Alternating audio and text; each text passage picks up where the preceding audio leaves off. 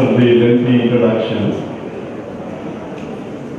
So, my suggestion before I start, please avoid reading this full or whatever the things we give because the organizers ask.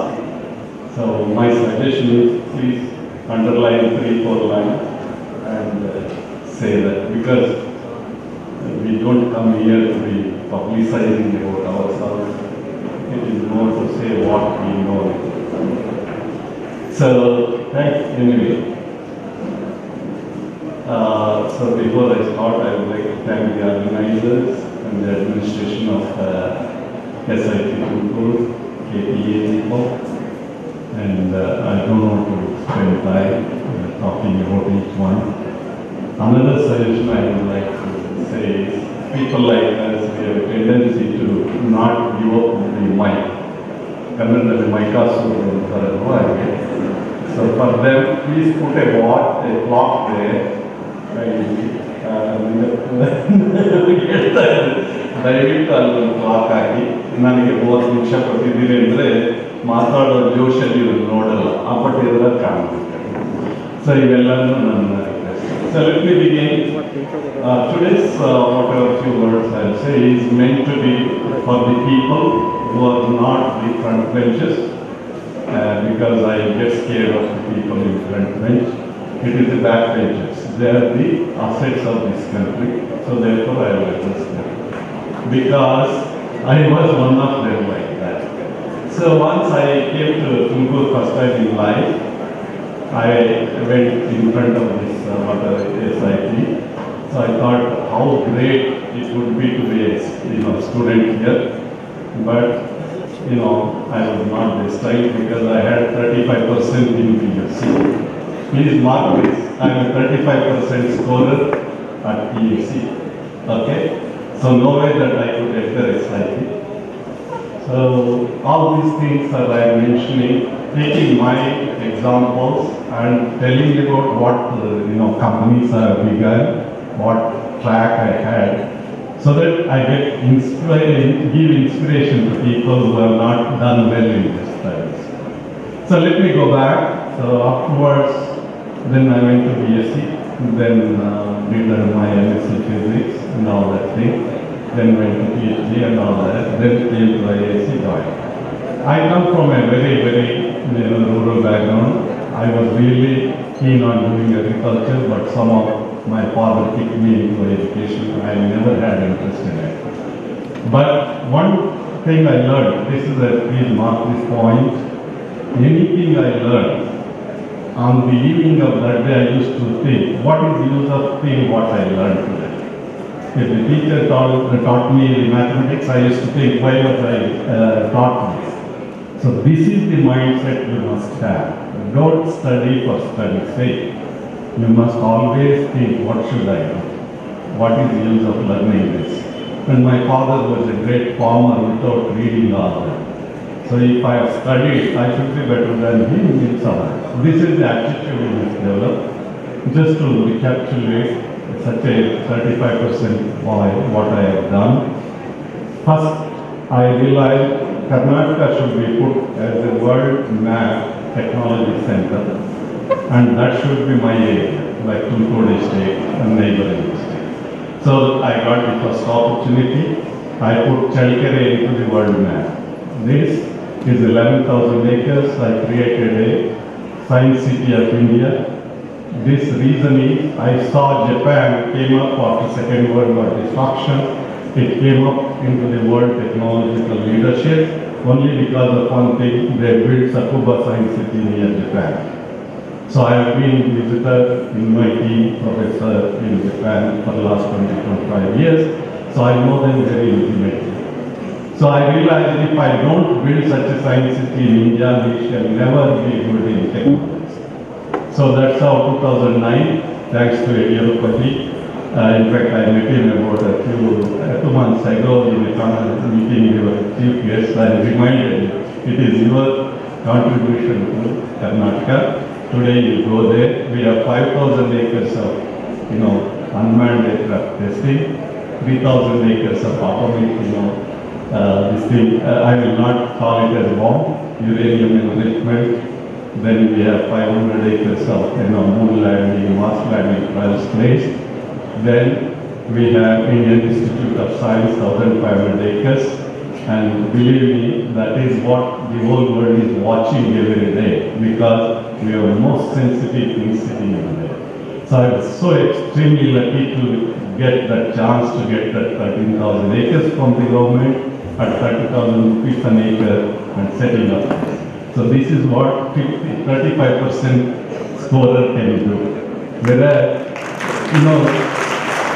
the people in the first bench, they were very, very intelligent people. Therefore, they are busy doing about themselves. They want the awards, they want, all that thing. Whereas I had nothing to work for. So I went this.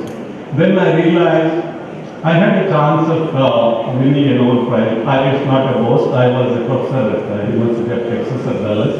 I did some work to develop a blue diode laser. It is more like excitement for me. Then I really enjoyed it, but I was stupid enough because I am from the village. I did not publish that. Okay, this was a blue diode laser using silicon wafer.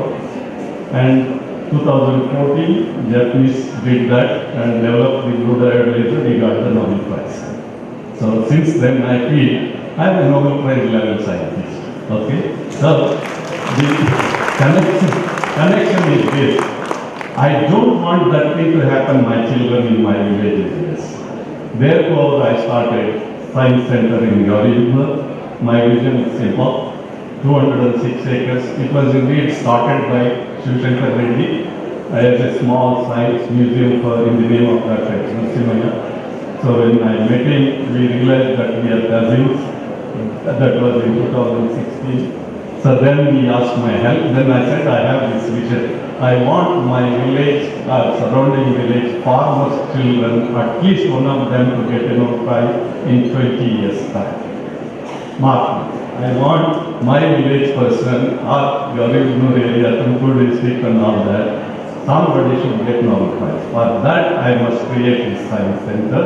Today, please go there. 216 acres has been given to me by state government with a little bit budget. We just inaugurated 16 acres. It has incredible effect it is having on the children from all over the world. From you say any university you mention, MIT, Princeton, every university professors, right up to Nobel laureate level people, they come there, they sit under the trees and talk to my children. This is in Gauri.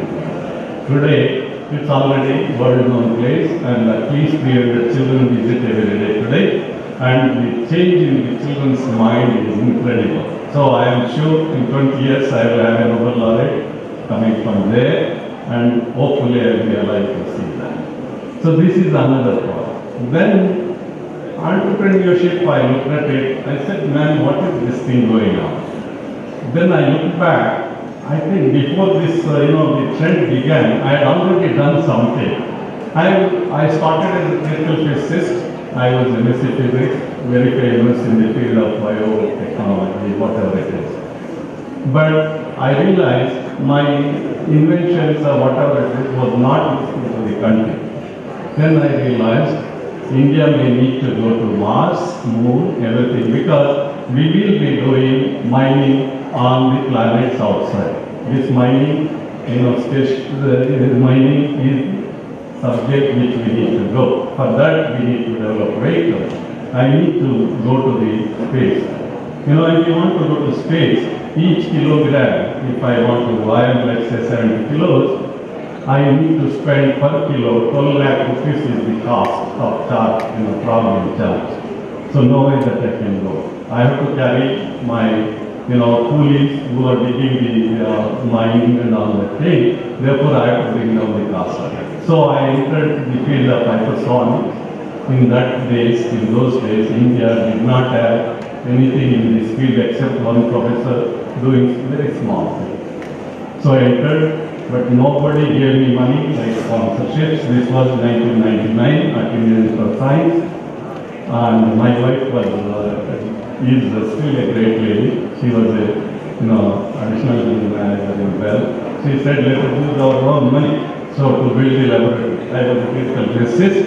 So 14 years of my PF I withdrew and started the lab. Today you go to that lab. That's the number one lab in the world, biggest in the world. Okay. And I don't think, if not for that lab, we would have gone to Mars, we would have gone to Moon. Okay. We have trained everybody, DRDO. So Dr. Kalam used to tell me, you are a Vishmacharya. That was the way they used to say. We are good friends. And in IST standard book was, after APJ, it will be APJ. That is my issue. Okay. So it was now again I am narrating relative to me, not to say I am great. You can achieve. That's what I am saying. You don't have to be first writer. You don't have to be genius.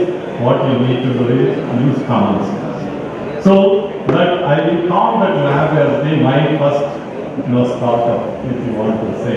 Today, people come from all over the world to see that lab, and they spend sabbatical in my lab. Let me tell you the meaning of that. Every 6 years once we get 1 year leave to go to some developed country to improve our technology. Now, developed country professors are coming to the IISc, to this lab, to improve their technology. This is what it is. So, incidents went on like this. I said, I have to really make this country really powerful and do something. So, when I was seeing, when I turned 60, about in 2013 or so, I was retired. I had another 5 years to be retired at 65. I went back to my roots. That's when I started, because before that I was never going out, because I had been advised by none other than Mandar Joshiji. He was a science and technology minister. We sat together. We were great friends. He said, Professor, I will give you advice. Don't come out and get publicity. Don't come out into the open, because your life will be under threat. That is the kind of work I was doing, pertaining to missiles, pertaining to space things. So I really took seriously. So I used to have an agreement with our directors never to put me as any administrative position. No award shall be accepted, nothing. That's why nobody knew who is KPJ Reddy. So, but I enjoyed the freedom, built the system so much. Today we can go another 2,000 kilometers further using our technology which I invented. Now you can ask anybody in my area, they know about shock waves. That's because of Reddy tube, what I invented. So you just do all these things without accepting any recognition and anything, thanks to Murli Manohar Joshi. So let me tell you, then I realized with all this, one thing hit me.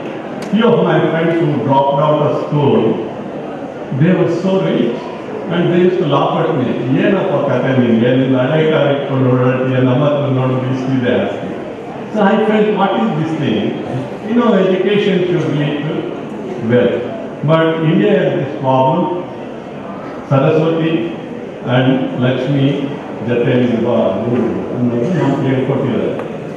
ಯಾವತ್ತೇ ನೀವು ಚರಿತ್ರೆಗೆ ನೋಡಿದ್ರೆ ಋಷಿಗಳೆಲ್ಲರೂ ಒಂದು ಊಟ ಹತ್ರ ಮಾಡಿದ ಮೇಲೆ ಮಿಕ್ಕಿದ ಬಿಸಾಕಬೇಕು, ಅವರು ಇಟ್ಕೋಬಾರ್ದು. ಯಾಕಂದರೆ ಲಕ್ಷ್ಮಿ ಇಟ್ಕೊಳ್ಳೋದು ನಿಮ್ಮ ಇದು ಈ ಮೈಂಡ್ ಸೆಟ್ ಇಂಡಿಯಾದಲ್ಲಿ ಈಗಲೂ ನಡೆಯುತ್ತೆ. IISc-ನಲ್ಲಿ ನೀವು ನಾನು ಹೋಗಿ ಸ್ಟಾರ್ಟಪ್ ಮಾಡ್ತೀನಿ ಅಂದರೆ ಆವತ್ತಿಂದ ನಿಮ್ಮನ್ನು ಎಷ್ಟೋ ಜನ ನಮ್ಮ ಕಲೀಗ್ಸ್ ಮಾತಾಡ್ತಾರೆ. ಯಾಕಂದರೆ ಈ ಮನಿ ಮೈಂಡೆಡ್ ಅಂತ.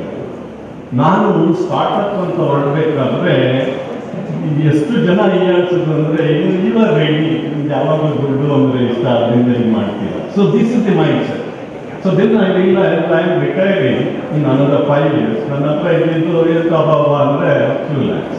I said, is this the way the life has to go? I decided then and there. ನಾನು ರಿಟೈರ್ ಆಗಿ ಮನೆಗೆ ಹೋಗೋಕ್ಕೆ 100 ಕೋಟಿ ರೂಪಾಯಿ ನನ್ನ ಅಕೌಂಟಲ್ಲಿ ಇದೆ ಅಂದರೆ ನಾನು ಹೋಗೋದು. So that's when I started my startup. I had to fight 2 years with IISc to get the permission to do the startup. But finally, Birla was the director. He was retiring on that day. He said, he signed it and take it. I am signing this and go to hell. This was his blessing to me. Okay. Startup ಅಂತ ಕಲ್ಚರಲ್ಲಿ ನಾವು ಅಲ್ಲಿ ಬೆಳೆದಿರೋದು ನಾವು ಇಂಡಿಯಾದಲ್ಲಿ. But ಅಲ್ಲಿಂದ ಈ journey ನೋಡಿದ್ರೆ, ಈ ಮಕ್ಕಳು ನೋಡಿದ್ರೆ ನನಗೆ ತುಂಬ ಥ್ರಿಲ್ ಆಗುತ್ತೆ ಸರ್. ಎಷ್ಟು ಸ್ಟಾರ್ಟಪ್ಗಳು ಏನೇನು ನಡೀತಾ ಇದೆ ಅಂದರೆ I feel great. Let me come back. Startup ಮಾಡಬೇಕಾದ್ರೆ one thing I learn, I have done maybe ನಾವು ಅಬೌಟ್ 7 or 8 ಸ್ಟಾರ್ಟಪ್ಸ್. ಎಷ್ಟು ಲೆವೆಲ್ ತಂದ್ಕೊಂಡ್ವಿ ಅಂದರೆ ತುಂಬ ಲಾಸ್ ಮಾಡ್ಕೊಂಡಿದ್ದೀನಿ. ಇವತ್ತು ನಾನು ದುಡ್ಡು ಮಾಡೋದು ಬರಲ್ಲ. ಬಟ್ ನನ್ನ companies I am sure today if I salvage ನಾನು 100 ಕೋಟಿ ಬಂದುಬಿಡುತ್ತೆ. But the issue is how do you begin the startup. So the guys sitting back sir, startup ಎಲ್ಲಿಂದನೂ ಬರೋದಿಲ್ಲ, ಅದು ನಿಮ್ಮ ತಲೆಯಿಂದ ಈಚೆ ಬರೋದು. So what I did was, whatever I am doing should be useful ಅನ್ನೋದು ಈ ಕ್ವಶನ್ ಇಟ್ಕೊಳ್ಳಿ. ನೀವೇನೇ ಕಲೀರಿ ಅದನ್ನು ಯೂಸ್ ಮಾಡಿ. ಸೊ ನೀವು ನೋಡಿದ ಕಡೆ ಎಲ್ಲ ಒಂದು ಸ್ಟಾರ್ಟಪ್ ಐಡಿಯಾ ಬರುತ್ತೆ. So first thing I use to wonder about ಇವೆಲ್ಲ ಲೈಟ್ನಿಂಗು ಅದು ಇದು ಬರ್ತಿತ್ತಲ್ವ. ನೀವು ಆರಿಜಿನ್ ಆಫ್ ಅರ್ತ್ ಅಂತ ನಾವು ಫಿಸಿಕ್ಸಲ್ಲಿ ಓದಿ ಬಿಗ್ ಬ್ಯಾಂಗ್ ಅಂತ ಹೇಳಿ ಆವಾಗ ಶಾಕ್ ವೇವ್ಸ್ ಮೇಲೆ ಇಂಟ್ರೆಸ್ಟ್ ಬಂದು ಶಾಕ್ ವೇವ್ಸ್ ಶುರು ಮಾಡಿದೆ. ಈ ಶಾಕ್ ವೇವ್ ಯಾವ ಮಟ್ಟಕ್ಕೆ ಅಂದರೆ ಯಾರು ಅದನ್ನು ಉಪಯೋಗಿಸಿ ಟೆಕ್ನಾಲಜಿ ಮಾಡ್ಕೊಂಡಿರಲಿಲ್ಲ. ಬಟ್ 200-300 ವರ್ಷದಿಂದಲೂ ಅದ್ರ ಮೇಲೆ ರಿಸರ್ಚ್ ನಡೆದಿದೆ. ದೆನ್ ಐ ರಿಯಲೈಸ್ ಇಷ್ಟು ನಾಲೆಡ್ಜ್ ಇದ್ರು ಎಷ್ಟು ಮುಖಾಡು ಇದನ್ನು ಉಪಯೋಗಿಸಿಲ್ವಲ್ಲ ಅಂತೇಳಿ. So that's when I gave the first talk in 2000 something like 10 ಇಸ್ರೇಲಲ್ಲಿ ಇಂಟರ್ನ್ಯಾಷನಲ್ ಮೀಟಿಂಗಲ್ಲಿ I said how to make money out of shock waves. This was my talk. It has become a very popular talk. Today I don't know how many technologies. I have about 30 patents. Okay, medical field, you name it in those fields. ನಮ್ಮೂರಲ್ಲಿ ಒಬ್ಬ ಕೈ ನೋವು ಬಂದು ಅಣ್ಣ ನನ್ನ ಕೈ ನೋಡ್ತಾ ಇದೆ, ನೀವು ಶಾಕ್ ಟ್ಯೂಬ್ ಮೇಲೆ ಒಂದು ಹಾಕಿ ಮಾಡ್ತೀರಾ ಅಂತಾರೆ. ಆ ಲೆವೆಲ್ಗೆ ತಂದುಬಿಟ್ಟಿದ್ದೀವಿ ಈ ಶಾಕ್ ವೇವ್ಸ್ನ. Point I am trying to make is this: whatever you are doing, you can always find a special application. Let me narrate. I used to see, you know how the idea came. 1 second only I will say. I was watching Shivaji the Boss movie. This is Rajnikant. I am a great fan of Rajnikant. There was a scene of injection being given. This was 2011, Sunday, 5:30. Then in that there is a scene where injection is given. Suddenly it occurred to me, can I convert this shock into a shock tube? I do. So let me not go into theory. So I got all the 12 varieties of syringes, and Monday morning 10 o'clock I had this ready tube on the table. What it means is, in the world, that was a world record of producing a shock wave by hand. Okay? So that's what it is. And that energy was equivalent to exploding 1/4 kg of RDX. That I was able to produce using a syringe. I will not go into the details of it. Then I realized, man, this is something. Then I am a perfect nationalist. I want the name of the country to be remembered when they use this. So I named it as Reddy Tube. Reddy is not KPG Reddy. It is Reddy is a generic Indian name. So now all over the world they know that this is an Indian invention. And all my Japanese friends, Chinese friends, Israelis, even today, KP, how did we miss this? How did we miss this? It is so simple. Today there is no field where this is not going. Can you imagine? We have already started artificial insemination gun using Reddy tube. I have already done about 80,000 cows insemination ಕೊಟ್ಟಿದ್ದೀವಿ. ಈಗ central government is trying to adopt that as a national equipment. And invention ₹5 so ಅದನ್ನು use ಮಾಡಿದ್ರೆ according to analysis ರೈತನಿಗೆ ಒಂದು ದಿನದಲ್ಲಿ all over the India ₹500 ಕೋಟಿ extra income ಬರುತ್ತೆ ರೈತರಿಗೆ. ಸೊ ನನ್ನ ಸ್ಲೋಗನ್ ಏನು ಅಂದರೆ, ನನ್ನ ಗನ್ನನ್ನು ಯೂಸ್ ಅದನ್ನು ಸೂಪರ್ ಬುಲ್ ಅಂತ ಹೆಸರು ಮಾಡಿ, ಸೂಪರ್ ಬುಲ್ ಯೂಸ್ ಮಾಡಿದ್ರೆ ರೈತರು ವರ್ಷಕ್ಕೆ 1,80,000 ಕೋಟಿ ಅಡಿಷನಲ್ ಇನ್ಕಮ್ ಬರುತ್ತೆ ವಿತೌಟ್ ಎಕ್ಸ್ಪೆಂಡಿಚರ್. ದೆನ್ ರೈತರು ಸಬ್ಸಿಡಿ ಕೇಳಲ್ಲ. Maybe they will offer loan to Modiji to run the country. So one after the other. Now I see 9 ಲಕ್ಷ ಹೆಕ್ಟೇರ್ಸು 10 ಲಕ್ಷ ಹೆಕ್ಟೇರ್ಸು ಇರಿಗೇಷನ್ ಮಾಡ್ತೀವಿ ಡ್ರಿಪ್ ಇರಿಗೇಷನಲ್ಲಿ. ಅದರಲ್ಲಿ ಡ್ರಿಪ್ ಪೈಪ್ಸ್ ಕ್ಲಾಗ್ ಆದಾಗ ಅದನ್ನು ಕ್ಲೀನ್ ಮಾಡೋಕ್ಕೆ ಹೈಡ್ರೋಕ್ಲೋರಿಕ್ ಆ್ಯಸಿಡ್ ಹಾಕ್ತಾರೆ. It's a crime what they are doing. ಆ 50 ಲೀಟರ್ ಪರ್ ಏಕರ್ ಹಾಕಿದ್ರೆ ಇನ್ನು 20 ವರ್ಷದಲ್ಲಿ ದೇಶದಲ್ಲಿ ಎಲ್ಲ ಲ್ಯಾಂಡ್ಸ್ ಡೆವಲಪ್ಸ್ ಆಗುತ್ತೆ. ಸೊ ಇದನ್ನ ಅವಾಯ್ಡ್ ಮಾಡಬೇಕು. ಅದಕ್ಕೆ ಐ ಜಸ್ಟ್ ಮಾಡಿಫೈಡ್ ರೆಡಿಟ್ಯೂಡ್ and now what you do, just connect the ready-tube and send out one shockwave to the tube, all the holes will open. So I have demonstrated this to about 10,000 farmers ಗೆ ಆಗಲೇ demo ಆಗಿದೆ. ಅದು ಒಂದು startup ಶುರು ಆಗುತ್ತೆ. Wherever you go sir, we can use it. Then I have seen ನಮ್ಮೂರಲ್ಲಿ at least 5 ಜನ ಕಾಲಿಂದ ಇರ್ತಾರೆ, ಕಟ್ ಮಾಡಿರ್ತಾರೆ, ಡಯಾಬಿಟಿಕ್ wounds, ಗ್ಯಾಂಗ್ರೀನ್ ಆಯ್ತು ಅಂದರೆ ಕಾಲು ಕಟ್ ಮಾಡೋದು. I said that's stupidity. So we invented wound healing device using ready-tube. Today we are launching the company shortly. ಆ ಕಂಪ್ನಿನಲ್ಲಿ ನಂದು ಶಾಕ್ ಟ್ಯೂಬ್ ನಮ್ದೆಲ್ಲ ಯೂಸ್ ಮಾಡಿದ್ರೆ without any medicine you can cure. Okay, so it is already animal trials ನಡೀತಾ ಇದೆ. ಅದು this is another startup.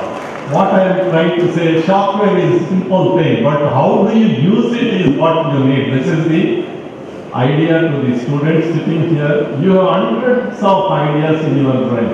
Think what is the use of them. Then you can open companies after companies. Then I am seeing there is sociological problem. 22 years these kids will gain a degree. Sorry, I will be taking a few more time minutes. They will get into IT. In the IT there is a problem. 10 hours a day they sit in front of the computer. There is a blood circulation shortage going to the lower portion of the body.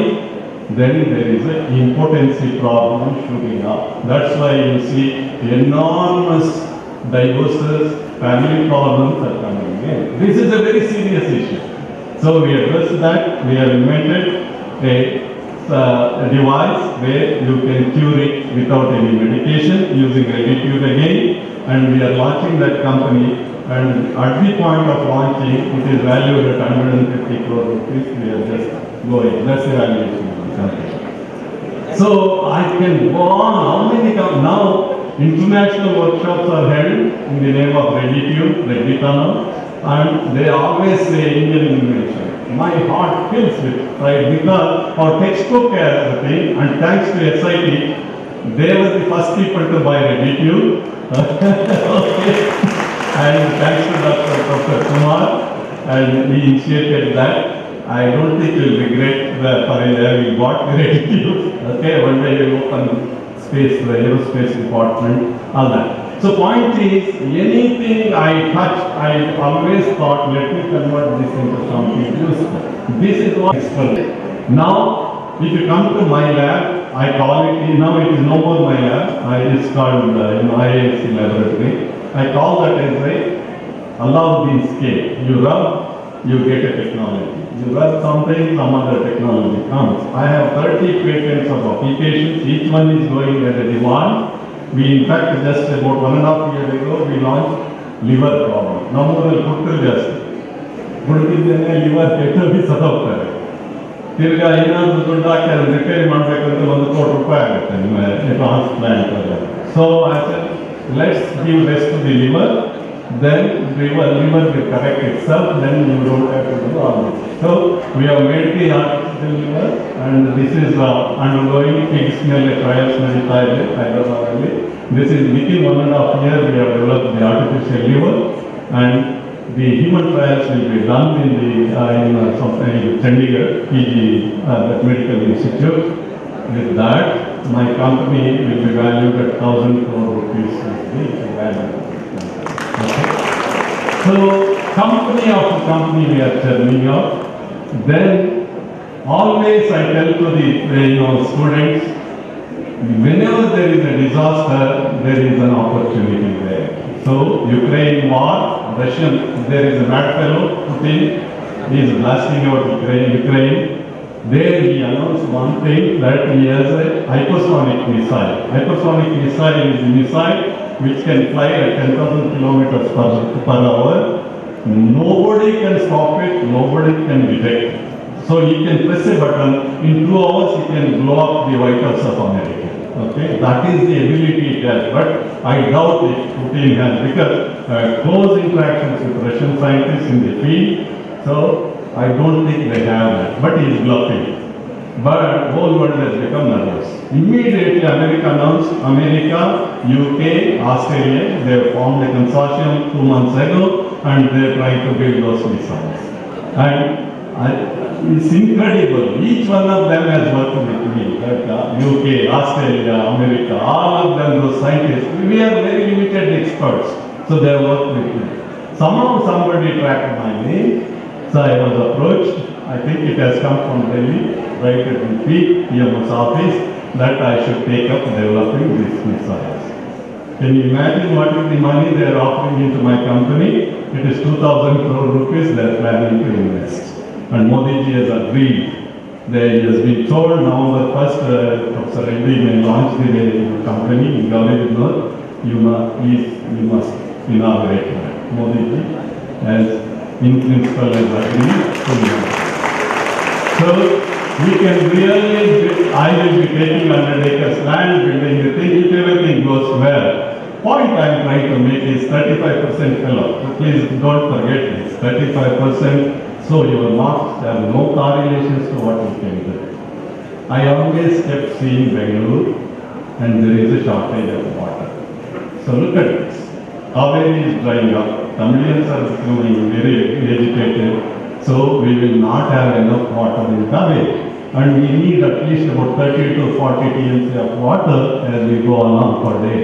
Where do we bring? So we have put it our startup, 4 friends of mine. I am an advisor, technical whatever it is. You know what the money we have got, we are putting in? It's a 2.5 lakh crore rupees in the projects. This is a startup. We just launched that. This is what we can do with the 35%. So we are doing it. We will bring it. I don't want to go details because that's still a lot of confidential stuff. We bring in something like 500 kilometers away, the water from there. And another 30 years, Bangalore will have surplus water. But my intentions are very different. On the way, I will be traveling through my TUMKUR district. I will be traveling to the neighboring river area. 550 villages I want to give clean water because there is a fluoride problem there. So this is my take on that. Okay? And you cannot imagine what is the engineering challenge. We will be burying about 3.5 meter diameter, pipes, 10 of them buried, 10,000 acres I have to buy all the way.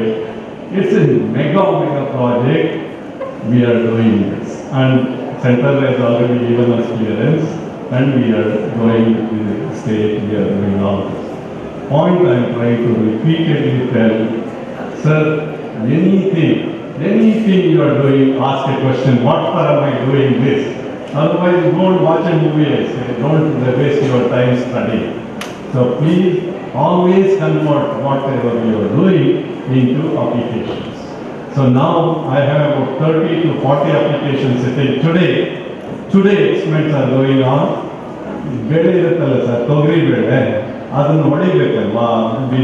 That's a big challenge, sir. Birla company, that's a Switzerland company, leader in the world. They say, can you do something? My experiments are on using shock tubes. We are trying to break that. Even building model could we are also doing moringa. Moringa is nugesoppo. Nugesoppo is the highest demand in the international market. We are throwing it away. So now we have started a company. I am growing about 500 acres of nugesoppo. Drying that I am going to use my shock waves. Then Murugappa group. Murugappa is the biggest industrialist. He has 12,000 acres of tea. But he has a problem. His tea is not flying tea. His rates are very low. He said, save us. So we have built 2 machines. One is in Gulu, another near the Uti. They work. All that we do is when the tea bag comes from the land, we will give a shock. You see, you cannot imagine his tea now is 35 rupees per kilogram additional rate he gets. Best tea in the world. Because it produces a thing called polyphenol, and this is polyphenol is the antioxidant. Okay. Sir, where did I get this idea? It came from my mother, my grandmother. ನಮ್ಮಪ್ಪ ನಮ್ಮ ಯಾವಾಗಲೂ ಜಗಳ ಮಾಡೋದು ಏನು ಅಂದರೆ ನಮ್ಮಪ್ಪ ಅನ್ನೋದು ನೀವು ಏನು ಮಾಡಿದ್ರು ನಮ್ಮ ಅಮ್ಮನ ಥರ ಬೇರೆ ಸಾರು ಮಾಡೋಕ್ಕೆ ಬರಲ್ಲ. ಇದು ನಮ್ಮ ಮನೆಗಳಲ್ಲೆಲ್ಲ ಇರುತ್ತೆ. ನಾನು I use to think what is the difference between the old lady and my mother.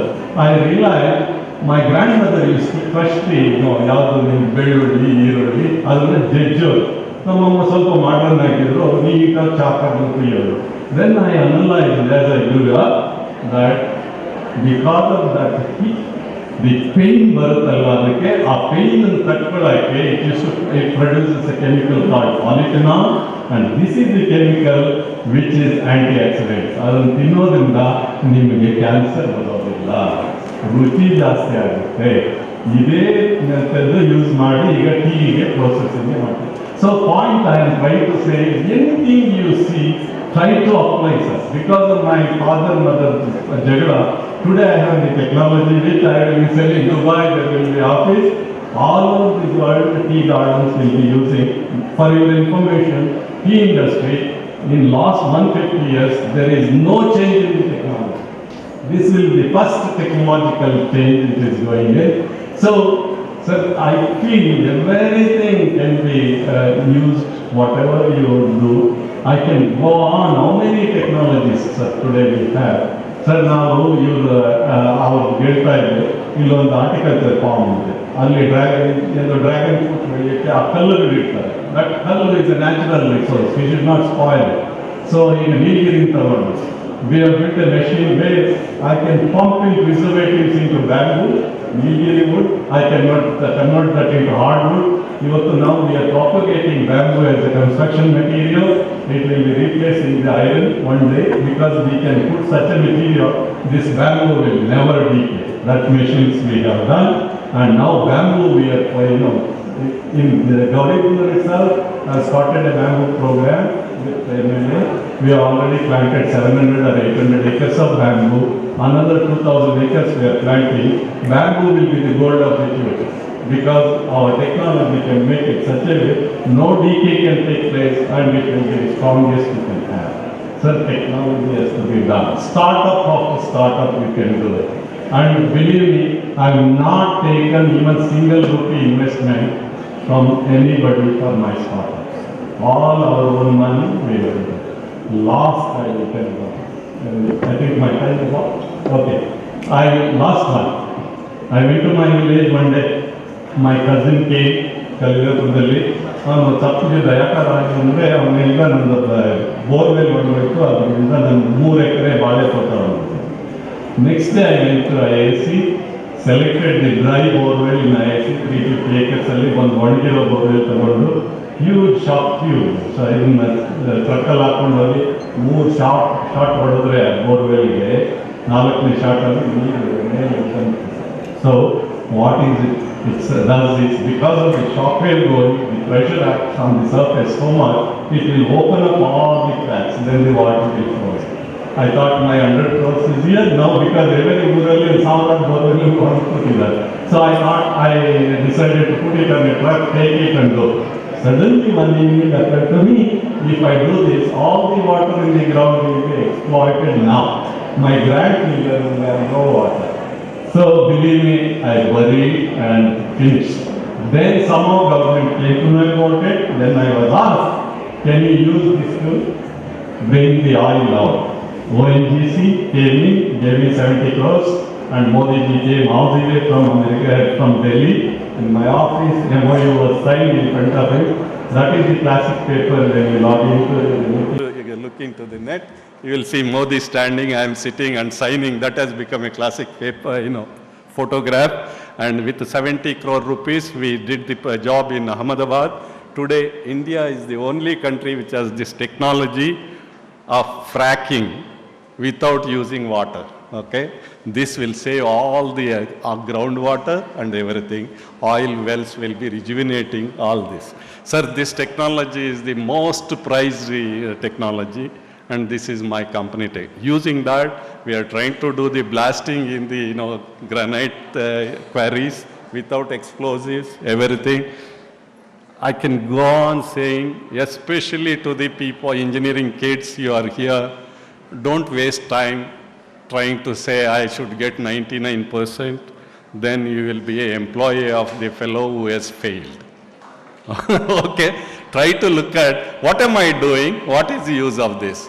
You see, Science Center when I built, now World Bank is asking, they want to take this one to 10 cities in Africa, 10 countries. They say, set up a startup, now build this each Science Center, 100 crores, 200 crores, sir. So anything you do, there is a market there. So with my humble suggestion to you is, don't worry if you have scored second class or third class or whatever it is, go after realities. And money is the last thing you should worry about. You don't really need money. Once you are brainy, it will come by itself. And I can narrate so many things what we are doing, but that's not the time. So with these few words, I am sure some of you will get some inspiration. Any one of you, if you want to talk to me, I am available. Just come in. I am a nearby village. I have a farmhouse. Just come weekends. I can take you through the whatever it is. So with these few words, I would like to thank the organizers for giving me this opportunity and the listeners, and all the best. Next year you should say we have 20 or 30 startups in SIT. Okay? Thank you very much, sir. Thank you for the motivational and inspiring words, sir. Book of Abstracts in any conference presents a sneak peek into the research works deliberated, discussed, presented and critiqued during the days of the conference. The book serves as an official record of the emerging thoughts captured during the conference. I request Dr. Shivakumaraya, CEO, SIT Tumukuru, to release the Book of Abstracts of the 12th KSTA National Conference on Science and Technology for Startups 2022. I request all the dignitaries on the dais to join him.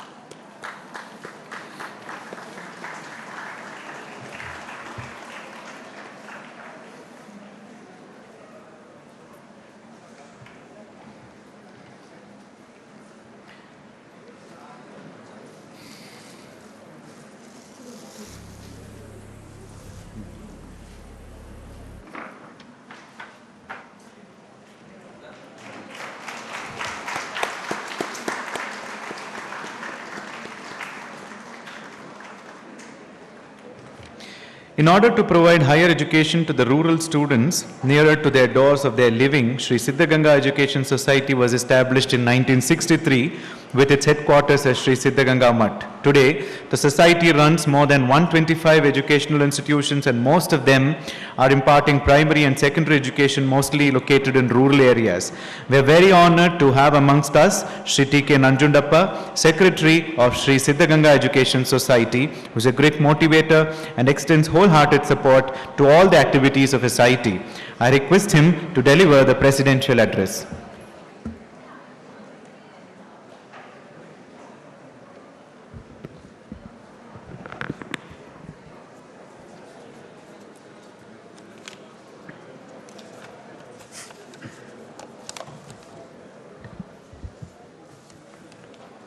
I offer my humble pranams to our revered founder president, His Holiness Sri Sri Shivakumara Swamigalu, and His Holiness Sri Sri Siddhalinga Swamiji, our revered president. Respected chief guest, Sri G.B. Ganesh, our proud alumnus and our cities and as well as all of us representatives in the legislature, Professor Ayyappan, Chairman, Karnataka Science and Technology Academy,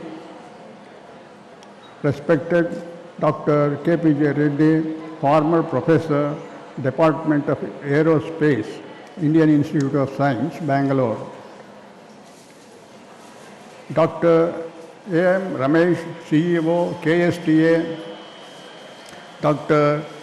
Shivakumaraya, CEO, SIT, Professor S.V. Dinesh, Principal, SIT, delegates, heads of departments, faculty and staff members of SIT family, invitees and friends from media, good morning to all of you.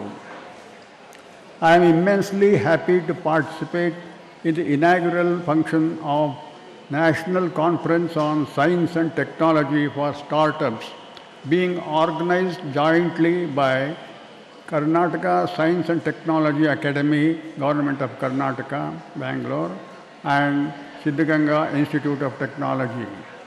I congratulate Karnataka Science and Technology Academy, Government of Karnataka, and Siddhaganga Technology Business Incubator, SIT, for jointly organizing this conference with highly relevant theme, Science and Technology for Startups.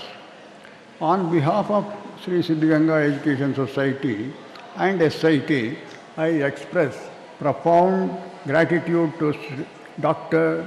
S. Ayyappan, Chairman, Karnataka Science and Technology Association, for providing us an opportunity to organize this conference. I extend my warm greetings to Dr. KPJ Reddy, who has delivered an enthralling keynote address, Sri G.B. Jyoti Ganesh, who has inaugurated the conference, and the distinguished resource persons who will be delivering expert talks and distinguished experts participating in panel discussion. I am happy to learn that about 85 research findings and projects of young researchers and students are being presented in the form of posters, and the best poster selected will be awarded cash prizes. Today, innovation plays a pivotal role for economic growth, enhanced competitiveness and development of a nation. According to United Nations Organization, creativity and innovation are the main drivers of the world economy. The future of any economy rests on the foundation of the robust education system. This is the core belief of Intel Corporate, which continuously is sponsoring the educational programs. Every year, it invests $100 million in universities and colleges to teach the students and help them to innovate the areas of mathematics, science, and technology. Also, the other large industrial firms have huge research and development facilities where great innovations are created. The new education policy 2020 has laid emphasis on the higher education institutions to contribute to innovation. The education system has to prepare the students to meet the challenges of 21st century.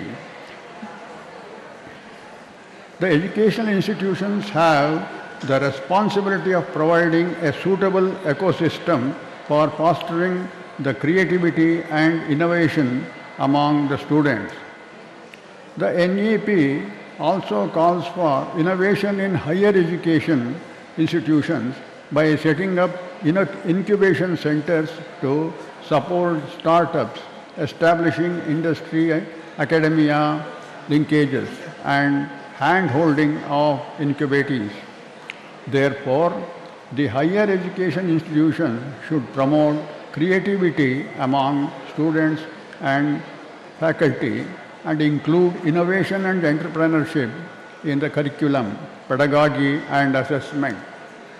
I am happy to note that SIT, being an autonomous institution, has included a course on the entrepreneurship in the curriculum and teaching it even before National Education Policy 2020 released.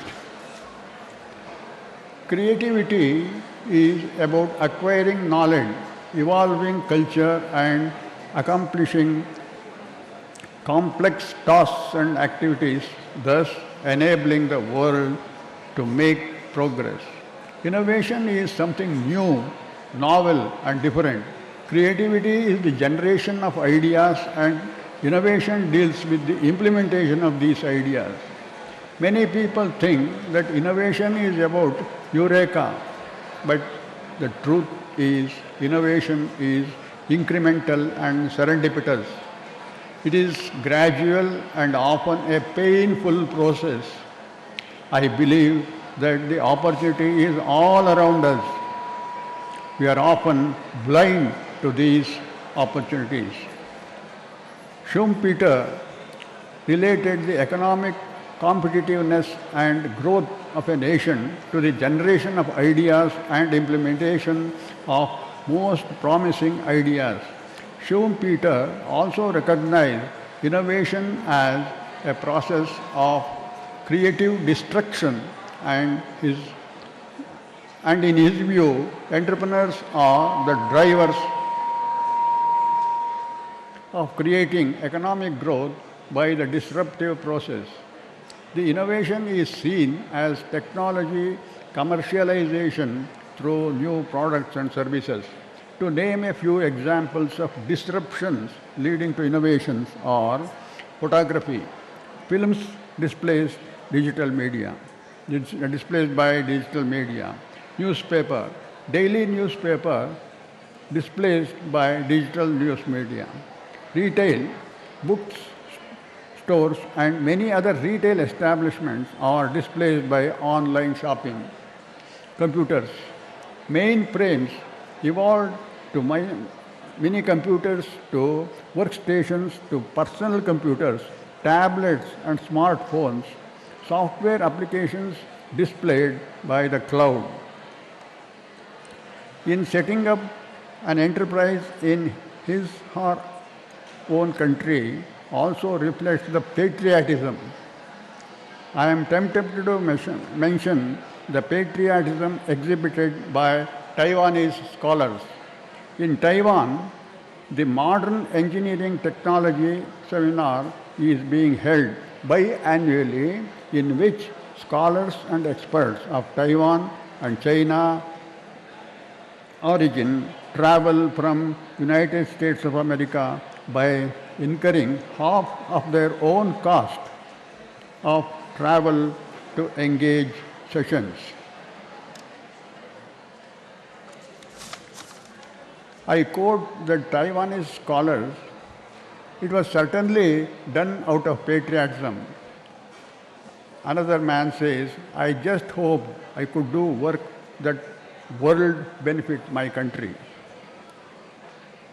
Working for a foreign company would give me an inexplicable feeling of exclusion because I would not like doing things for foreigners. There are no roots working for foreign company, only a sense of loss. They have also made sacrifice for the country, sometimes even leaving lucrative jobs for training and transferring the technology. This may prevent brain drain and reverse the brain drain. It is also heartening to learn that the displaced technologies and succeeded entrepreneurs are delivering talks related to entrepreneurship and startup ecosystem in the conference. I am sure that a few of the young delegates will get inspired by their talks and take up entrepreneurship as a career option. I am happy that SIT has recently started a technology business incubator to support and nurture technology-based startups. It is one of the novel initiatives of SIT to motivate young minds in and around TUMKUR to take up entrepreneurship and help in realizing the vision of our Honorable Prime Minister Sri Narendra Modi ji, Atmanirbhar Bharat, by Make in India initiative. The road to entrepreneurship is strewn with risks. The ability to take such risks is the first step in the success of the entrepreneur of his business venture. Dear delegates, prepare yourself to take risks and be successful. Thank you all. Valuable words, sir. Now, I request Dr. Sumati, Professor, Department of CSE, SIT, to deliver vote of thanks.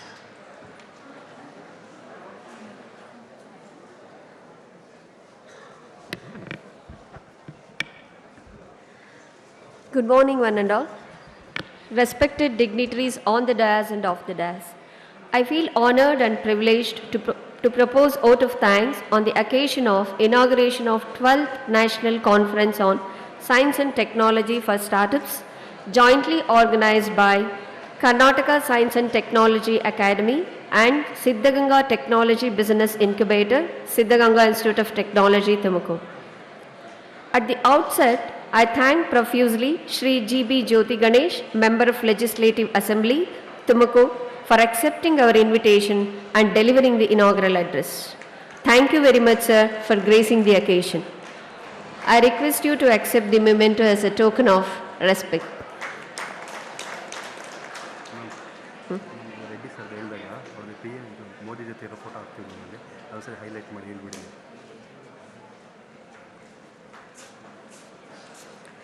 On this occasion, I take immense pleasure in extending my sincere thanks to Professor S. Ayyappan, Padma Shri Awardee, Chairman, KSTA Bangalore, for providing an opportunity to host this conference at SIT. Also, we are thankful for his wholehearted support, constant encouragement, motivation, and guidance with respect to STBI activities. We will ever remain grateful to you, sir, and we thank you for being with us today.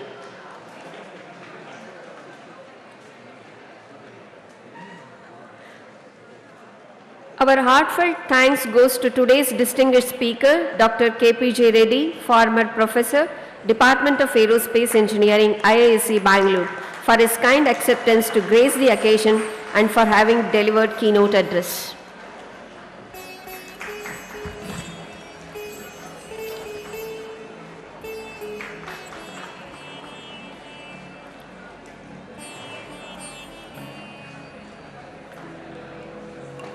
We are extremely grateful to Shri T.K. Nanjudappa, Honorable Secretary, Shri Siddhaganga Education Society, for gracing the occasion and delivering the presidential address.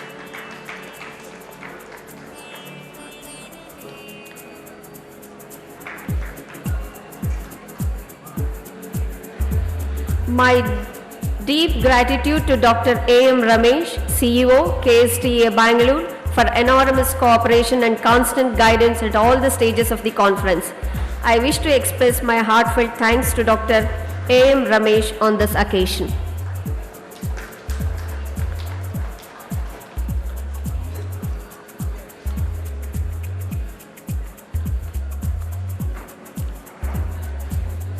I express my deep gratitude to Dr. Shivakumaraya, CEO, SIT. He has been the driving force behind this whole process. I thank him for the efforts he has put and for his support, encouragement, guidance for making this event a grand success.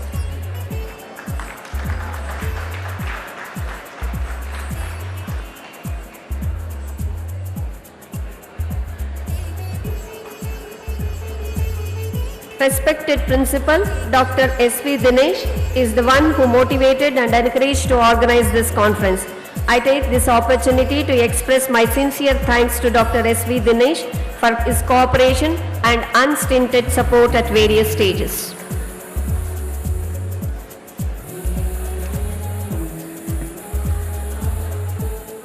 Our special thanks to Dr. Lohit, convener of this conference, and faculty coordinator STBI for meticulously planning and taking interest in all the activities with respect to this conference. I thank him for handling the innovation activities in TBI since its inception. I thank Mr. Anand, Scientific Officer, KSTA, for all his support and cooperation for organizing the conference. I thank Mr. Puneet, Incubation Manager, STBI, for coordinating and executing all the conference activities. Thank you, Mr. Puneet, for all your efforts. I will be failing in my duties if I don't thank all the participants who have come to participate in this conference. Thank you for your participation. I thank KSTM members, jury members, technical experts, student volunteers for their kind support. I thank all HODs, deans, faculty members, conveners and members of various committees for making the grand success of the conference. I thank Hostel Chief Warden and her team for providing delicious food. I also thank the CMD and its entire team for their support.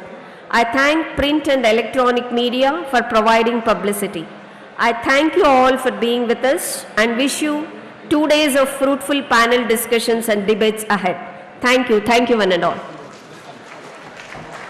Thank you, ma'am. Before we break, we have a couple of announcements.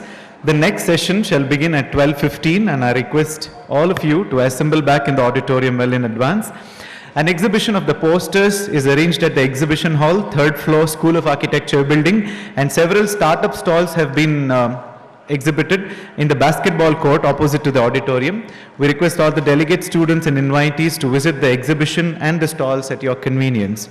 Lunch will be served at Basaveshwara Hostel Block from 1:15 p.m. onwards. Once again, I thank all the dignitaries on the dais and off the dais for making the event a grand success. Thank you all.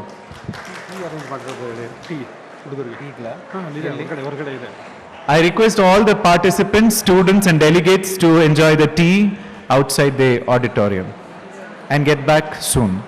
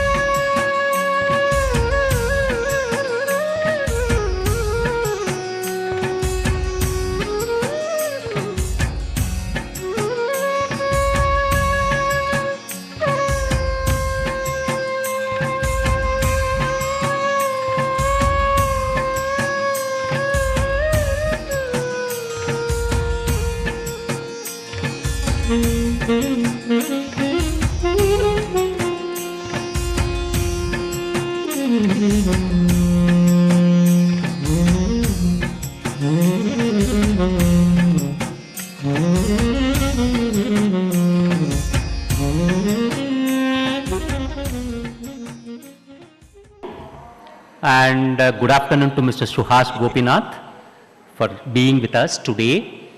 It's a great pleasure for me to introduce Mr. Suhas. Suhas Gopinath hails from a non-business middle-class family, but founded a company at the age of 14. And he was recognized as the world youngest CEO. He founded the company by name Globals, and he was featured by the Economist magazine as one of the world's fastest growing tech companies. Suhas founded Global as a web solution company, and eventually he grew to become, he made the company grew to become one of the world's largest analytics company for education and public sector. In addition, he also co-founded Happy EMI, which is a fintech startup using artificial intelligence to assess credit risk of customers at point of sale. Suhas has been recognized not only in Indian area, globally. He is one of the youngest global leader of World Economic Forum and youngest ever to be in the history.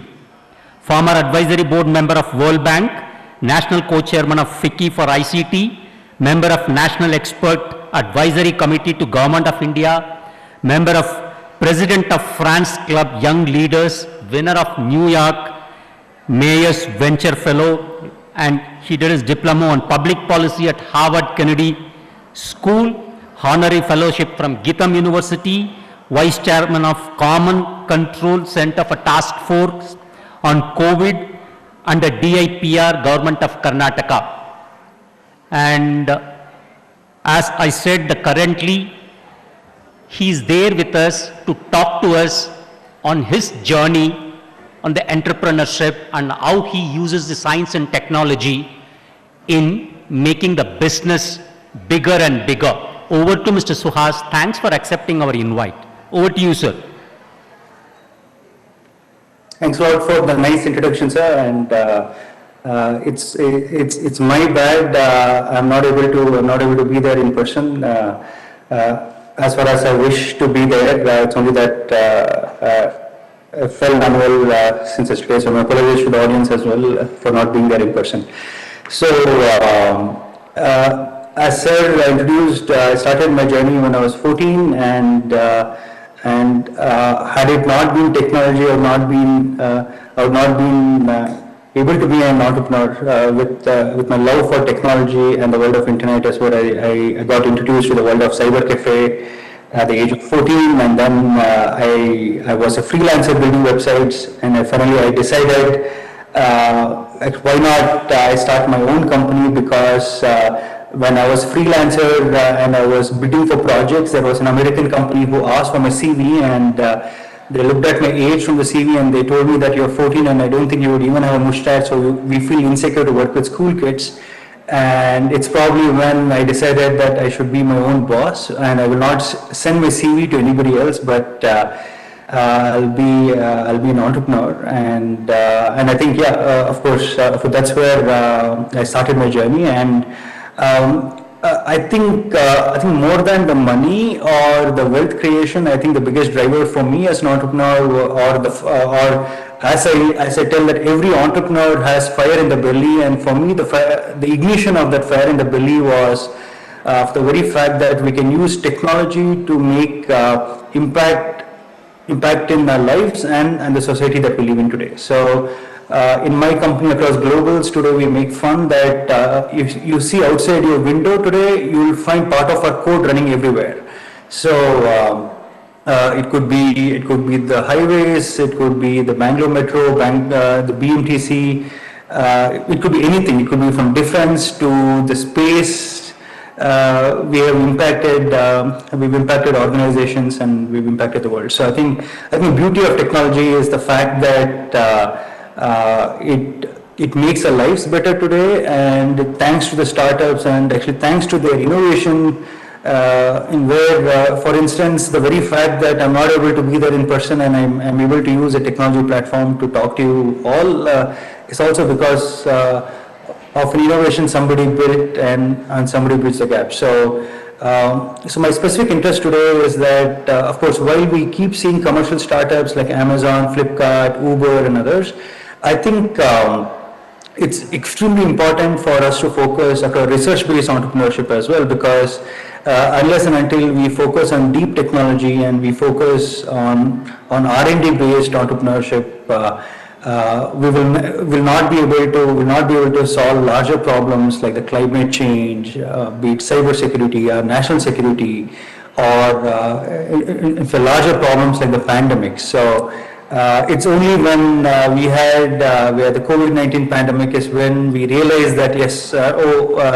I think there's no preparedness in the entire world today to handle a pandemic, and also it is because of university collaboration, be it the Oxford University or others, we've been able to come up with vaccination at extremely faster pace. And I think it's also very important as there are startups that has been created which are focusing on wealth creation or to become unicorns. It's also equally important that we need to have deep tech entrepreneurship so that it could make our world a better place to live in. So I'm going to share a presentation.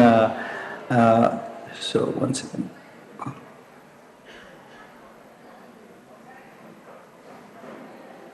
Yeah, I hope you're all able to see the screen. So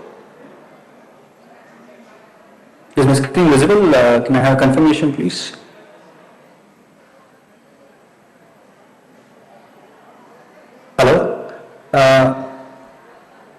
So So Lohit sir, you can see my screen?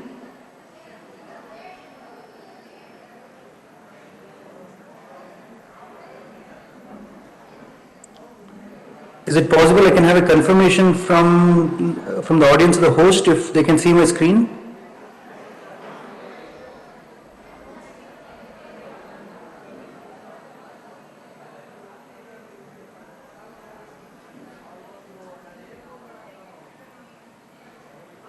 Okay. Hello?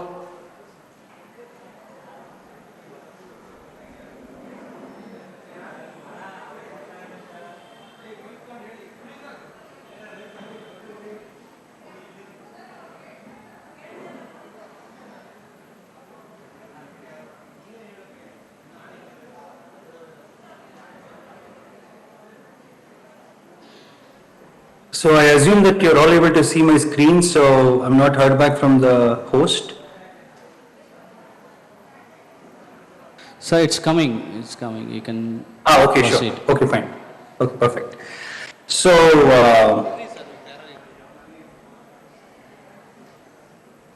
so it's very important for universities, for our laboratories, and as well as our incubators to focus on a lab to market, right? So it's many times we see that we've got critically important technologies that are actually developed in our institutions. It could be even in our R&D centers, CSIR labs, with massive amount of funding from the government, but unfortunately, in the larger portions of these innovations actually don't go out of lab, and it could be multiple reasons, right? One is it could be lack of collaborations with startups, or with all due respect to the scientists and as well as to folks from academia here, it's also because of the prejudice the universities and academia have towards collaboration with startups and corporates. So, and especially with startups, they think that startups are way too small for them to have a technology transfer agreement with them. I've personally experienced, I wouldn't want to name the organization, but one of the organizations that wanted to do a tech transfer of the lithium ion batteries, which is a unique technology that they had discovered. It was a central government organization, and they were extremely having prejudice. Like even in the so in the call application as well, in fact the entry criteria would never allow a startup to get in. So it had you need a massive amount of turnover, the massive amount of security deposit. So I think it's very, very important for our CSI labs or our universities, academia to have that openness towards collaboration. So by which we are able to achieve lab to market at a faster pace. Like for example, in for most innovations which we have today fail to become the capabilities that we need, right? So for example, like climate change, energy, pandemic, cyber security, and it could national security areas as well. And I've seen it's also because of regulation as well. It's sometimes you have these scientists who come up with amazing innovation, like a breakthrough innovation, but it's also because of lack of collaboration and also lack of understanding on the regulation and the policy front. They feel that, okay, fine, it's way too complicated for us to get this maybe a drug delivery mechanism get approved through an FDA or any other clearance. So it's better. I've done my job to innovate this, so it can stay here in the lab and it can take its own due process for it to go out of the market. So I think it's very, very important that we accelerate this process through awareness and through collaboration. So, for example, it could be the lithium batteries, SLV vehicles that was invented by a former president, Dr. APJ Abdul Kalam ji, or the COVID-19 vaccine from Bharat Biotech to low-cost ventilators at IIT Kharagpur are few amazing examples on how the government-led funding of these research programs help us to change our lives today. And similar way across the United States, if you compare, or across Germany, if you compare the fax machine to the MP3 from institutions over there, or Google search engine, which came as a project, which was again funded through a university. Now I think Google has become a noun and a verb, right? Like it's completely changed our lives today. So it's also very important that we have these technology lab experiments when they succeed to address our technical or the societal problems today. It's very, very important that we'll have to figure out processes to accelerate them to go to the market very quickly. So, technology translation of R&D is extremely critical. It's only because when a scientific intuition could transform to a product that can address our society's most pressing needs. So, the breakthrough innovations in universities, laboratories, or incubators, it's very important that they could be spun off as startups, or if we can have a seamless mechanism to have technology transfer to corporate houses. For example, across global today in my own company, I see that we spend a lot of time to actually reinvent the wheel, and we had a classic example on an ETL tool that we were developing, and we had to triangulate data, and we just happened to realize that IAC had already built this, and by the time we had actually realized this, as a company, we've lost almost about 6 months to about 8 months in actually doing our own in-house R&D. So which is waste of resources, and also for IAC it would have been very interesting in case if we could have established. If we had that awareness in advance, and we could have easily had the tech transfer program. It's also because of startups, companies do not have that awareness that they could actually reach out to universities for co-innovation or also cross collaboration of tech transfer. So I can proudly tell that in my other company, and Hyperconnect Technologies, which is a fintech company. On the other front, we've collaborated with IAC. We've spoken to them. It has helped us to accelerate some of our artificial intelligence at a faster pace, and it's also with Jain University and with other universities with in terms of collaboration with faculty and students. It has taken off the burden for a startup or for a mid-sized company like ourselves to not establish a massive R&D team and to significantly spend on R&D team. So when you already have existing resources and you can easily collaborate with academia, it can help us to accelerate. It can help us to accelerate the innovation process and also go to market for startups and mid-sized companies at a faster pace. So, in fact, it's also we've got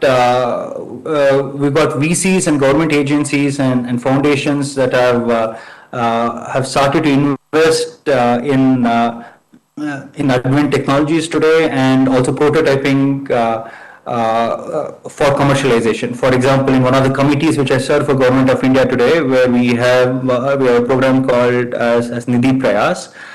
We give almost 10 lakh rupees to the student in a university or a college, which also has a technology business incubator. So the whole idea is the student who does not have aspirations to become an entrepreneur, but he has an idea and he wants to take this idea into a prototype. We give this Prayas grant of up to 10 lakh rupees so that the student could actually be able to build a prototype, and if the prototype is good, he could either work with a startup which is within the TBI of the university, or with any other startup outside.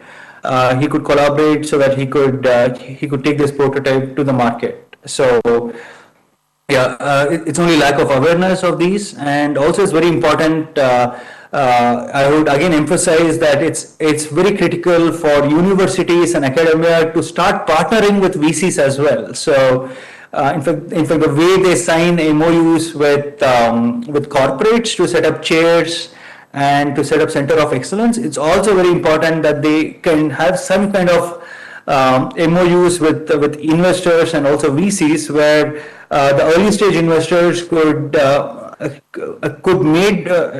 be made aware of some of the technological innovations that's happening within the colleges or within the academic institutions by the students or faculty, so that if the investor thinks that, hey, I've got an entrepreneur who has got amazing business skills, but he doesn't have a technology, he doesn't have a technological co-founder.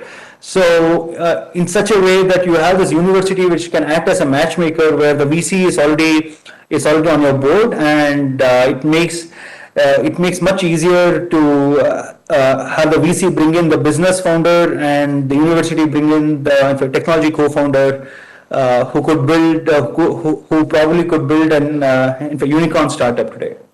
So, of course, there are private investors who are very averse to invest in new unproven technological development, because when we talk of deep technologies, we also need to understand and appreciate that all these are the technologies that's been unproven, it's new in the market, it's completely unheard of.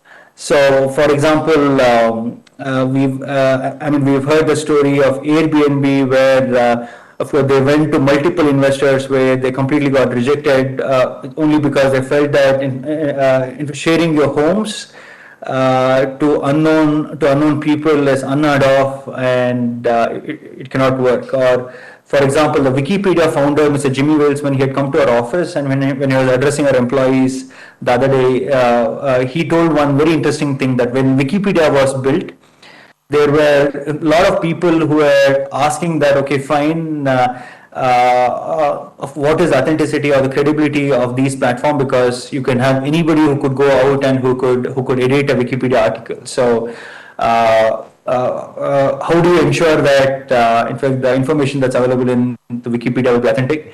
And he had to face a lot of prejudice from media to everybody who felt that in fact that openness would not work. So he gave that example of a steak restaurant, where in fact in a steakhouse you have everybody sitting with knives, so you cannot cage everyone because they're with a knife, and there can be a security issue where somebody would go and stab someone. So so with that analogy, I think it's very, very important that of course private investors will continue to exhibit that of course that averse or the prejudice. So it's very important to have some kind of arrangement with investors, or at least universities or academic institutions can start launching some kind of newsletters which goes to these investors, corporate, startups, telling that, hey, all these are the areas that we are working on today, including I would say for engineering college like an SIT. It's very important if we can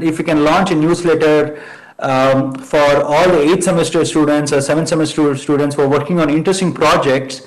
It's very important the startups and corporates are made aware, including investors are made aware of the projects that the students are working on. I know that many of the projects can be repetitive in a nature, but you may have that white horse in every batch who would want to do a project which is a breakthrough innovation, which is unheard of, and that project probably could translate into $1 billion opportunity. So it's only that communication and awareness is very important, and as well as we've got government agencies like the DST, Niti Aayog, who are giving grants to institutions to set up incubators, having prototyping grants, having seed support grants for these deep tech startups who may not get funding from outside or from the private investors. Of course, rise of deep tech. So we've seen deep technologies from mRNA vaccination and biotech to advanced materials, advanced engineering, photonics, which is a game changer in across quantum computing today, nuclear physics, and space, where you got startups including including the latest Indian startup where ISRO facilitated its launch. So from artificial intelligence to data science to decision science. So I think there's massive potential out there, and I always keep telling my own folks that in fact the jobs that which we have today can become obsolete. And also, like maybe 5 or 10 years back, I don't think we would have heard of these in fact job positions like the data analyst or in fact a data scientist or in fact a CISO as well, like information security officer. So we have new jobs that is coming at a faster pace, and it's thanks to the innovation and also deep tech as well, where you've got existing jobs that can easily become obsolete because of automation and artificial intelligence. Like I could give a very classic example. In my own company, we had, of course, our software quality team was very large, but as we started to adopt automation, we've almost reduced it to 1/10 the size that it was, because you've got software that is doing software testing, and you do not need like software test, manual test engineers to actually test out the software. So it's also very important for the future of jobs and the future of our workplaces. It's very important to start exploring deep technology and their functional areas. So deep tech entrepreneurship is definitely one of the new modalities that can be deployed to address our society's most pressing needs. And of course, to date, most deep tech startups in India are actually born out of an academic research or incubators. In fact, Ola itself was one of the startups that got spun out of IIT Bombay's Sign. Across Sign, there is an entrepreneur whom I came across, who's built for low cost incubators for newborn babies. They built RO systems, which is extremely low cost. So you've got these amazing discoveries that are actually coming out of incubators from institutions, and interestingly, these are actually spun out of as startups, including the Prime Minister when he launched a program called Drone for Agriculture. We've seen startups that are incubated in the government-funded incubators, have participated in it, have helped farmers to double their income, and as well as to actually use drones for understanding soil health, to also to deploy fertilizers at a faster scale. So, in fact, according to the BCG's deep tech report, about $16 billion was alone invested in actually deep tech ventures, and in 2020 it was almost about 60 billion. So it's an exponential increase in over the last 5 years, and it's one of the $1 trillion opportunity if the academia, university, and the startups that are incubated there, and students or even faculty could actually start focusing on innovations that are focusing on the basis of deep technology, and especially to solve some of the most pressing issues of our society today. So I'd also want to walk you through the innovation value chain that's very important for deep tech innovation, where it's very important that we do ideation and planning, where we deep dive into the research, and sometimes it is funded through the internal budgets of the laboratories or the universities, and as well as it's very important for academic institutions and for universities also to understand the problem that exists outside. So I think in the ideation phase, I would strongly recommend that if institutions and academic institutions, and as well as students, if they could do outreach programs with corporates and industries to understand their pain areas that exist. We call it as reverse pitch programs, where I know some of the institutions where they organize reverse pitch programs, where they invite government, where they invite policymakers, they invite industries to talk about the pain areas that exist, and the areas where they need help from academia or the universities to help them in solving their problems, so that when you're planning to focus on a certain innovation, you know that that innovation that you're doing is not going to be shelved in the lab, but it can go out to the market. And it can go out to the market only when there is a need in the market. And it's also very important for timing. So it's a very interesting Stanford report where it says that one of the key success for most of the startups in the world today is because of timing. So it could be Byju's because of COVID. We've seen the exponential rise of edtech companies, and of course companies like Byju's. We've seen the Zoom's market share go up, and the stock price booming for Zoom only because of COVID pandemic. We've seen Airbnb's timing, Uber's timing. It's very important that timing is very important, and to get that alignment of the timing with innovation, it's very important to understand the pain areas that exist rightly for the industries and government. So it's very, very important that we're not too early or we're not too late. So in basic science or across applied research, it's very important that POC is done, and I'm sure most institutions would have an IP cell internally, and it's very important to make use of that, so that at least if it happens to be very new, or if it's a new discovery, or if it's a new innovation, it's also very important to protect our,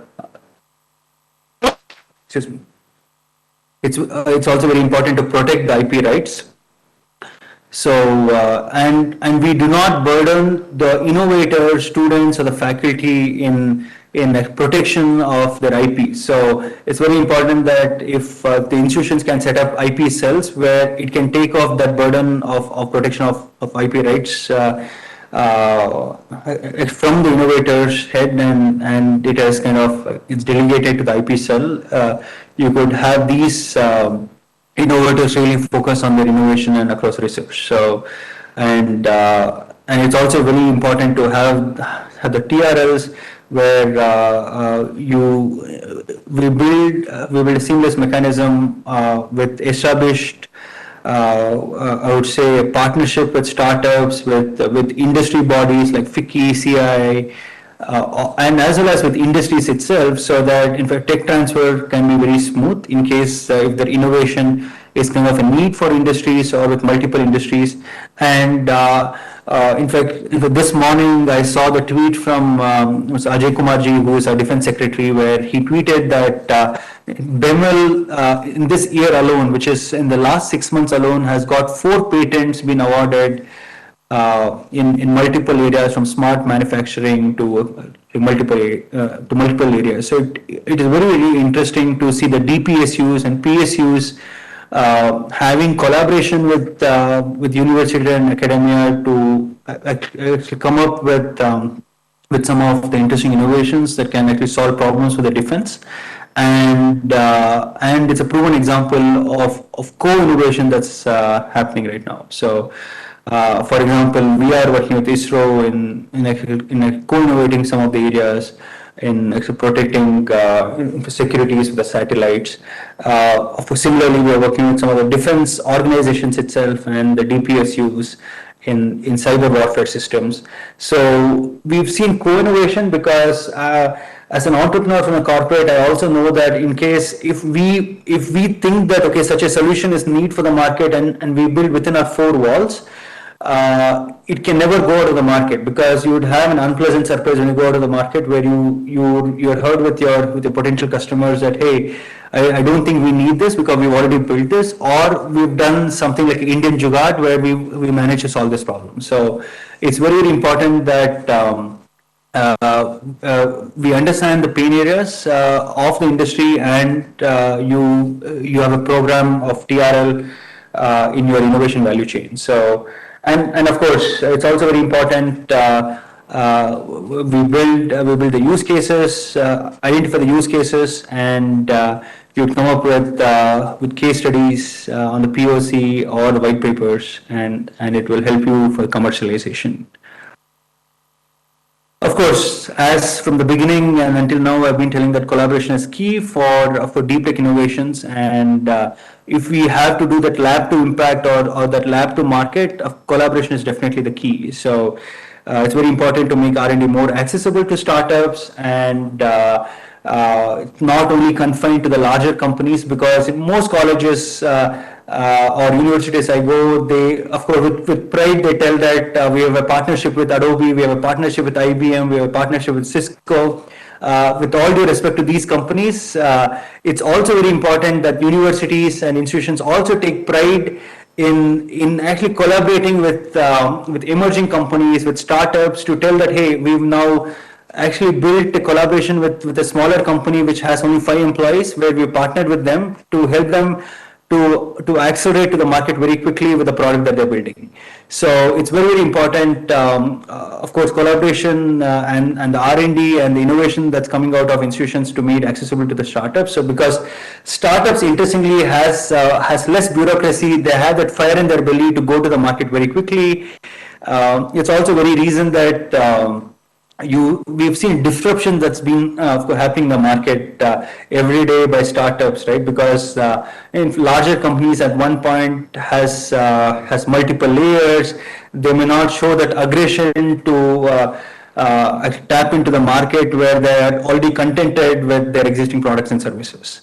So also it's very important to give opportunity to entrepreneurs to launch new deep tech ventures within universities, and if they're able to work on it. So yeah, and it's very important that these innovations do not remain locked in our labs, and it's very important, it's extremely important, especially if there are folks from the universities and colleges who are hearing my presentation today. It's very, very important for faculty also to be encouraged to become entrepreneurs, or if they could become consultants with industries. It's very, very important.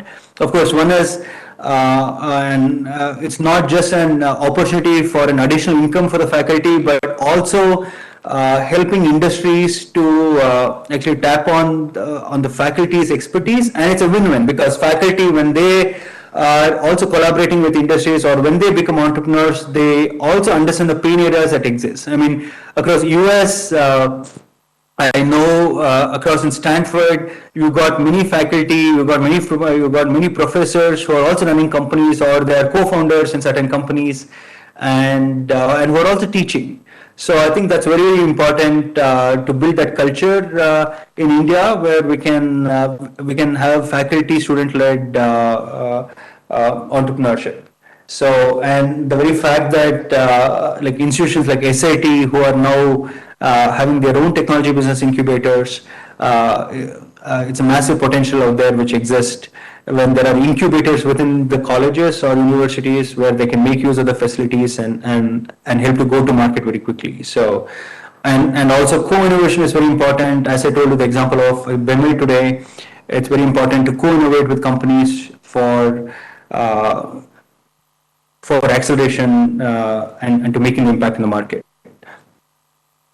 It's also very important. I know that like many institutions already have the TTCs for tech transfer programs. Yeah, it's probably one of my favorite slides, and we'll come to almost the last slide, where the last mode advantage. So I'm a big fan of the 0 to 1, where it's very important to have last mode advantage, because I see many in the startup ecosystems always talking about the first mode advantage, but I see that last mode advantage is also equally important. For example, if you see Google today, it's a wonderful example, because in our probably in our lifetime today, I don't think we will find any other search engine which can probably replace Google.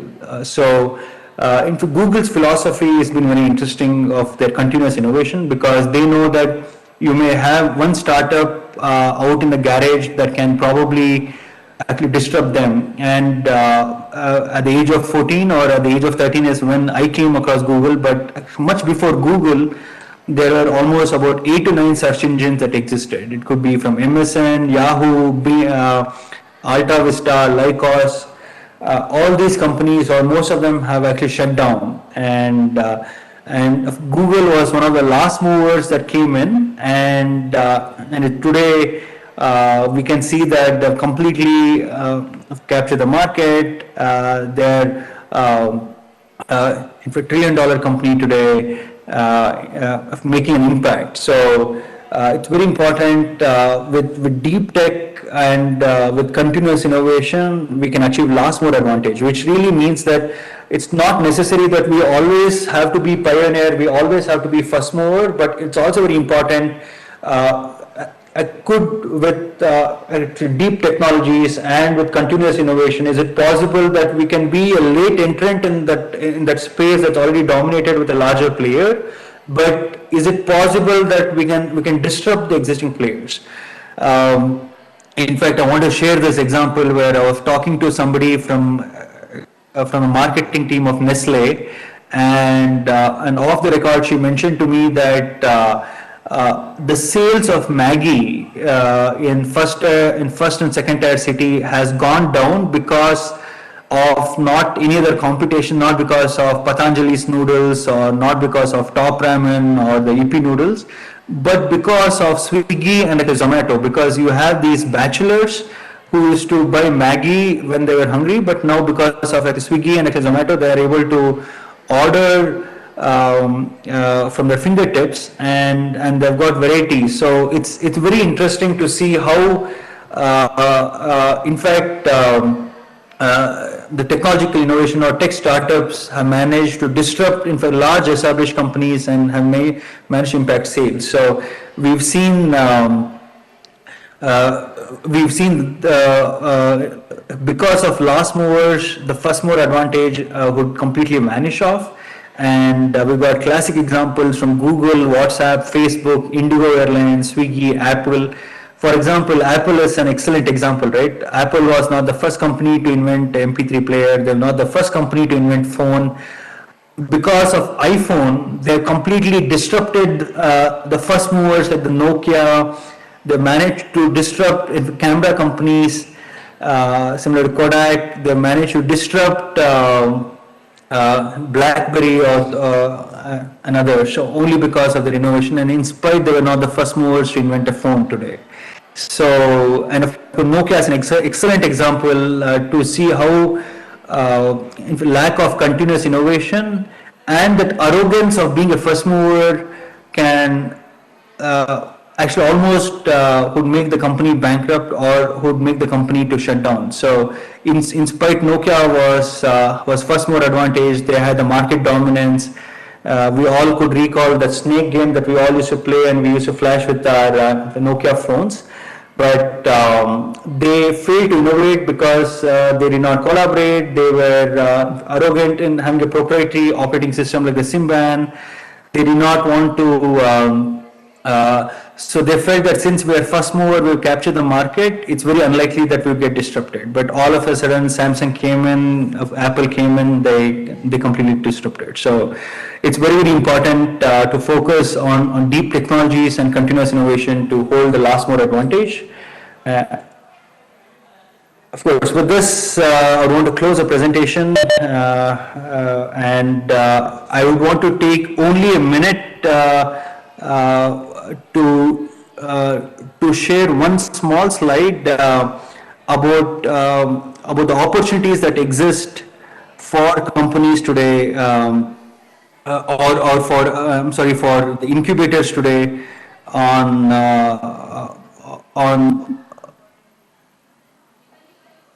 to focus on actually deep technology. So it's today in one of the committees where I'm part of the Department of Science and Technology. We give about 15 crores for institutions to set up technology business incubators. We give about 50 crores for them to set up center of excellence in multiple areas. Especially for students who are hearing this presentation, I want to show this next slide. One second. For any student-led startup that is innovative and where they cannot access funding from outside, In fact, DST gives them seed support of up to 1 crore through the incubator, so that at least the startups can actually easily are able to raise an early stage investment for the innovation. For grand challenges, they can win, and for prize money up to 50 lakhs. Under the Nidhi Pras, which I already mentioned, which is a prototyping grant, they get up to 10 lakh rupees for building a prototype. And India is probably the only country in the world where we give a fellowship or a stipend for a student who choose to become an entrepreneur after the graduation, where they get a stipend of up to 50,000 rupees. And if they are at the PhD or a postgraduate, then they get up to 1 lakh rupees. So, of course, with this, of course, there are schemes like the TDB where they can get access to soft loan for technological innovation of up to on an average up to 5 crores with an interest rate of approximately 5%. And also they get market access program where there are bridge programs which are set up by DST to take these startups outside of India, where you make in India but you market for the world, where on an average about $10,000 is spent per startup to go outside of India to market their product and to see in case if there are opportunities outside of India as well. So I personally have led a program across Russia, where we took almost 10 startups from energy to medtech and to discover opportunities in Russia. It was almost 2-3 years back. And similarly, now we are in talks with France to set up a bridge program so that we could take deep tech startups to France and we could establish a bridge with them. So, yeah, with this, I want to end the presentation, and if there is anything which the audience would like to ask me, I'm happy to address the queries. Yeah. Thank you, Mr. Suhas, for your wonderful effort in showcasing how innovation and startups can be really helpful for our young budding students who can really think of becoming entrepreneurs. And also you highlighted the importance of different schemes available from DST, how this can be useful for our young people. And especially, as you mentioned, SIT has created a unique platform for all the students to participate as a entrepreneur who can work when they are studying in the campus. So in spite of your bad health, so you are part of this in the conference. On behalf of our management, Siddhaganga TBI, and also on behalf of my personal behalf, I really thank you for your wonderful job. We hope that you will be coming to SIT soon to address our students offline, and we are very much thankful for you. We are really missing you today. Yeah. Thank you. So, sir, and it's my bad that I couldn't be there, but my sincere thanks to you, sir, to Amilgan, sir, the CEO, sir, and the principal, sir, and of course His Holiness the Swamiji, where I missed to take his blessings in person today, but I'll for sure I'll plan a visit to SIT very soon. And, yes, sir. I wish you all, and I definitely, for the students hearing this, please make use of the incubator that's there in the SIT to avail these schemes which I explained, and it's a massive opportunity out there that exists in for startups and for innovators. Okay.